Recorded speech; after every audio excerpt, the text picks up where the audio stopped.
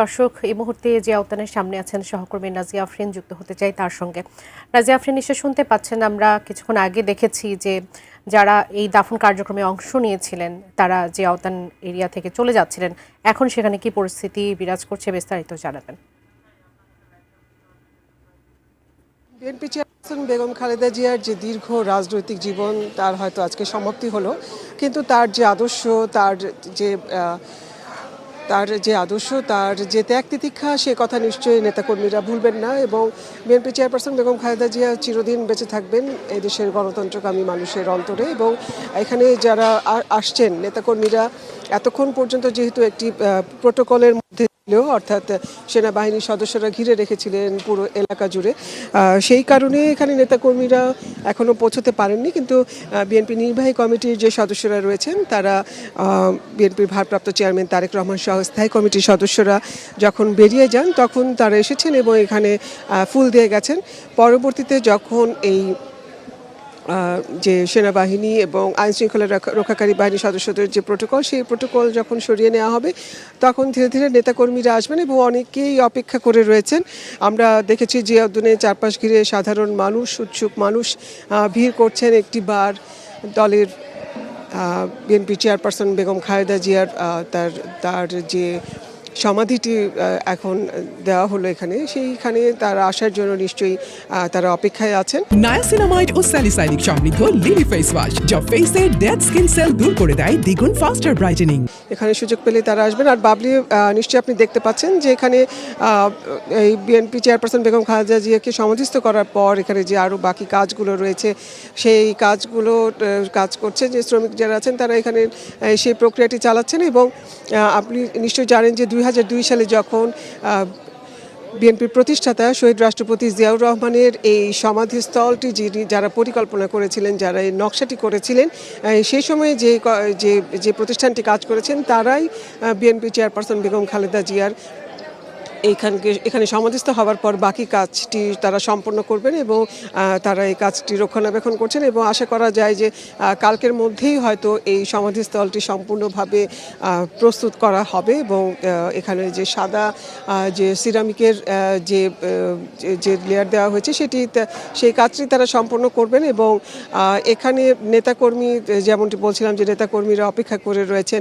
বিএনপির ভারপ্রাপ্ত চেয়ারম্যান তারেক রহমান এবং তার পরিবারের সদস্যরা এখানে ছিলেন স্থায়ী কমিটির সদস্যরা। তারা যখন বেরিয়ে যান নেতাকর্মীরা এখানে অপেক্ষা করে আছেন কখন তারা একটিবার আসবেন, এখানে শ্রদ্ধা জানাবেন এবং দোয়া করবেন তাদের আপসহীন নেত্রী হিসেবে অভিহিত যে নেত্রী, যে জীবনের শেষ দিন পর্যন্ত যিনি গণতন্ত্রের জন্য লড়াই করে গেছেন, যে লড়াই থেকে তিনি জীবনের শেষ দিন পর্যন্ত পিছুপা হননি, দেশ ছেড়ে যাননি, সেই নেত্রীকে একটিবারের জন্য সম্মান জানাতে তারা নিশ্চয়ই আসবেন। এবং এখন আমরা দেখতে পাচ্ছি যে অনেক সেনাবাহিনীর সদস্য বা বিজিবি সদস্য যারা আসছেন তারা বিএনপি চেয়ারপারসন বেগম খালেদা জিয়ার সমাধি দেখছেন। এবং এখানে যখন বাবলি বলে রাখি যে যখন এই জানাজা অনুষ্ঠিত হচ্ছিল জাতীয় সংসদের দক্ষিণ প্লাজায়, তখনও কিন্তু এই জিয়া উদ্যানে যে সেনাবাহিনীর সদস্যরা রয়েছেন, আইনশৃঙ্খলা রক্ষাকারী বাহিনীর সদস্যরা রয়েছিলেন, তারা কিন্তু এই জানাজায় অংশ নিয়েছেন।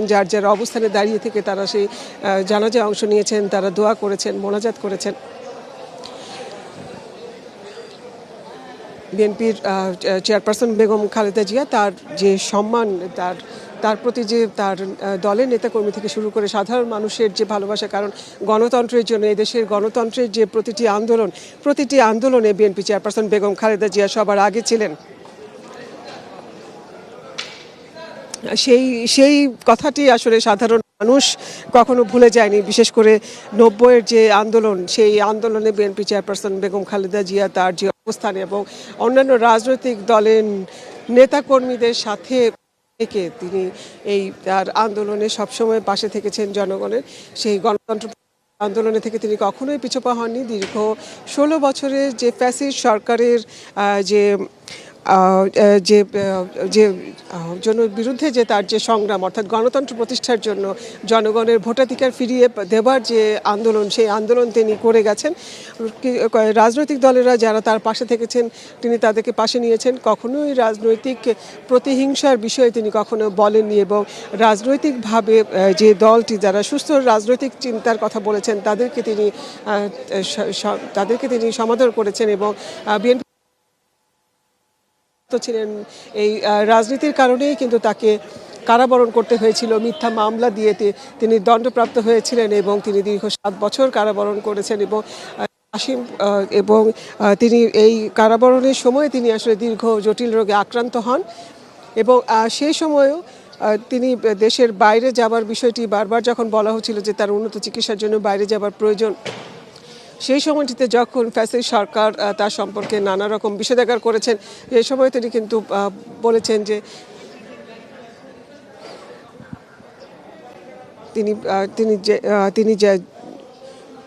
তিনি চেষ্টা করেছেন দেশের মাটিতে চিকিৎসা নিতে, কিন্তু যদিও তখন তার যে চিকিৎসক টিমটি রয়েছে, মেডিকেল বোর্ড রয়েছে, তারা তখন তাদের সর্বাত্মক চেষ্টা করেছেন এবং সেই মেডিকেল বোর্ড দীর্ঘদিন ধরে বিএনপি চেয়ারপারসন বেগম খালেদা জিয়ার পাশে থেকেছেন এবং সেই সময় ফ্যাসিস্ট সরকারের নানা রকম অত্যাচার নিপীড়নের সেই শিকার হয়েছেন চিকিৎসকরাও। পরবর্তীতে করোনায় আক্রান্ত হয়ে বিএনপি চেয়ারপারসন বেগম খালেদা জিয়া ফিরোজায় গৃহবন্দী বলা যায় এক প্রকার থাকেন, কারণ তিনি কোনো রাজনীতিতে অংশ নিতে পারবেন না, কোনো রাজনৈতিক কর্মকাণ্ড ফিরোজা থেকে পরিচালনা করা যাবে না, এই মর্মে তিনি ছাড়া পেয়েছিলেন।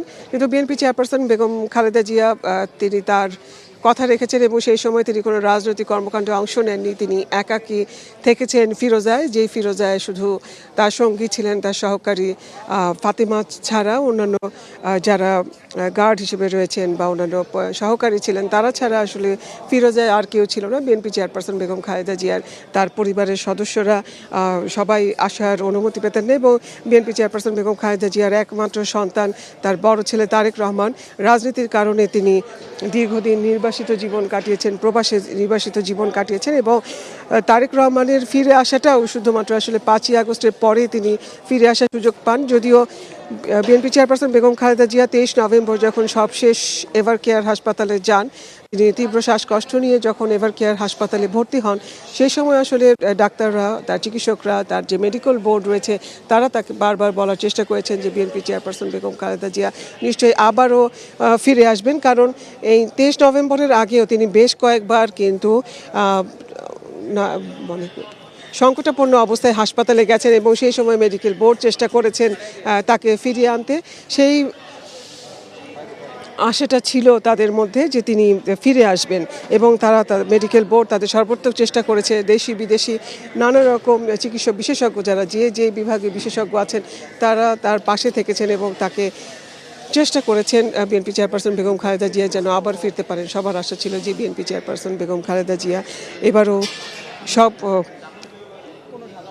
সুস্থ থাকার যে লড়াই, সেই লড়াইয়ে তিনি ফিরে আসবেন এবং বিএনপির স্থায়ী কমিটির সদস্য এবং খালেদা জিয়ার যিনি ব্যক্তিগত চিকিৎসক ডক্টর AJM জাহিদ হোসেন, তিনি যেমনটি সবসময় বলেন যে বিএনপি চেয়ারপারসন বেগম খালেদা জিয়া কঠিন মনোবলের অধিকারী এবং তিনি যে রকম জটিল শারীরিক অবস্থায় ভুগছিলেন সেই অবস্থা থেকে কোনো মানুষের পক্ষে এই অবস্থাটাকে সার্ভাইভ করা বা চেষ্টা করা, তার ভালো থাকার যে চেষ্টা, সেই চেষ্টাটা অন্য কেউ সেই সহ্য করার ক্ষমতা ছিল না। কিন্তু বিএনপি চেয়ারপারসন বেগম খালেদা জিয়া যতদিন সুস্থ থেকেছেন বা যতদিন তিনি সজাগ থাকতে পেরেছেন, তিনি তার মেডিকেল বোর্ডের যে ডাক্তাররা রয়েছেন সেই ডাক্তারদের, সেই চিকিৎসকদের খোঁজ খবর তিনি নিয়েছেন, তিনি সেই চেষ্টাটি তিনি করেছেন এবং বিএনপি চেয়ারপারসন বেগম খালেদা জিয়া সম্পর্কে তার কাছের মানুষ যারা, তারা সবসময় বলেন বিএনপি চেয়ারপারসন বেগম খালেদা তিনি বাইরে থেকে যতটা কঠিন এবং কঠোর মনের অধিকারী দেখা যায়, কিন্তু তিনি অনেকটাই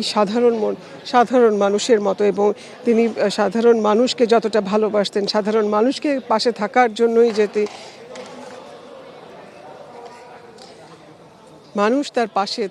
মানুষের পাশে তিনি থাকার চেষ্টা করেছেন এবং রাজনীতির কারণে তিনি কখনো দেশ ছেড়ে যাবার কথা তিনি ভাবেননি এবং তিনি বলেছেন যে গণতন্ত্র প্রতিষ্ঠার জন্য এদেশের মানুষের পাশে তিনি থাকবেন এবং তিনি তার এই মৃত্যুর মধ্যে দিয়ে প্রমাণ করলেন যে তিনি শেষ পর্যন্ত এই দেশের মানুষের পাশে আছেন এবং তার মৃত্যুর পরও তিনি এই দেশের মানুষের পাশেই থাকবেন। বিএনপি চেয়ারপারসন বেগম খালেদা জিয়া আপসহীন নেত্রী এবং দেশনেত্রী হিসেবে এসে তার দলের নেতাকর্মীর কাছে, সাধারণ মানুষের কাছে তিনি সেই ভালোবাসায় সে ভালোবাসা পেয়েছেন এবং তিনি আজীবন সেই মানুষের মধ্যে থাকবেন আশা করা যায় এবং দলের মধ্যে যে যে ঐক্য তিনি ধরে রেখেছেন এবং রাজনীতির যে ঐক্যের কথা তিনি শেষ সময়েও বলেছেন সেই বিষয়টি নিশ্চয়ই রাজনৈতিক নেতৃবৃন্দ তাদের মধ্যে ধারণ করবেন। তার মধ্যে দিয়ে আসলে বিএনপি চেয়ারপারসন বেগম খালেদা জিয়ার প্রতি যথাযথ সম্মান দেখানো হবে। তো আমাদের কাছে এই ছিল সর্বশেষ খবর। নিশ্চয়ই বাবলি আপনার মাধ্যমে আমরা অন্যান্য খবর আরও বাকি জানাতে পারবো।